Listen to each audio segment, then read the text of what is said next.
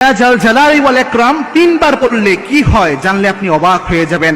ইয়া জাল জালালি ওয়াল ইকরামের শব্দটা যদি আপনি তিনবার পড়তে পারেন, এটার যে ফজিলত রয়েছে এটা জানলে নিজেই অবাক হয়ে যাবেন, যেটা রাসূল সাল্লাল্লাহু আলাইহি ওয়াসাল্লামের হাদিসের মাধ্যমে জানা যায়। দেখেন আল্লাহর হাবিব সাল্লাল্লাহু আলাইহি ওয়াসাল্লাম তার জীবদ্দশায় যে আমলগুলো করতেন, যে জিনিসগুলো জানিয়েছেন, যে ইনস্ট্রাকশনগুলো দিয়ে দিয়েছেন, এই সবগুলোর মধ্যে বারাকা রয়েছে। এই সবগুলো উম্মতের জন্য শিক্ষা।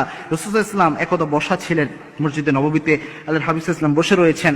এক লোক এসে বিশ্বনবীর পাশে দোয়া করছিলেন, হে আল্লাহ আমাকে এটা দেন, আমাকে এই নিয়ামত দান করেন, এই নিয়ামত আমাকে দিয়ে দেন, এই রিজিক আমার বৃদ্ধি করে দেন, এইভাবে দোয়া করছিলেন। আল্লাহর হাবিব সাল্লাল্লাহু আলাইহি ওয়াসাল্লামের এই হাদিসটি ইবনে আব্বাস রাদিয়াল্লাহু তাআলা আনহু, সম্ভবত আনাস রাদিয়াল্লাহু তাআলা আনহু তিনি বর্ণনা করেছেন। আনাস রাদিয়াল্লাহু তাআলা আনহুকে বিশ্বনবী বললেন, আনাস এই লোক যে এখানে বসে দোয়া করছে, আল্লাহ আমাকে এই নিয়ামত দেন, এই রিজিক দেন, এই জিনিস দান করেন, এই ব্যক্তির দোয়া আল্লাহ খালি হাতে ফেরত দেবে না।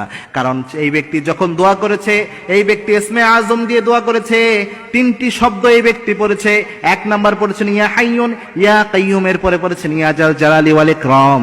এই তিনটি শব্দ দিয়ে যদি কেউ দোয়া করে, ইসমে আজম আল্লাযী ইযা দুআয়া বিহি আজাবা, এই ইসমে আজম দিয়ে দোয়া করলে ওই দোয়া আল্লাহ খালি হাতে ফেরত দেয় না।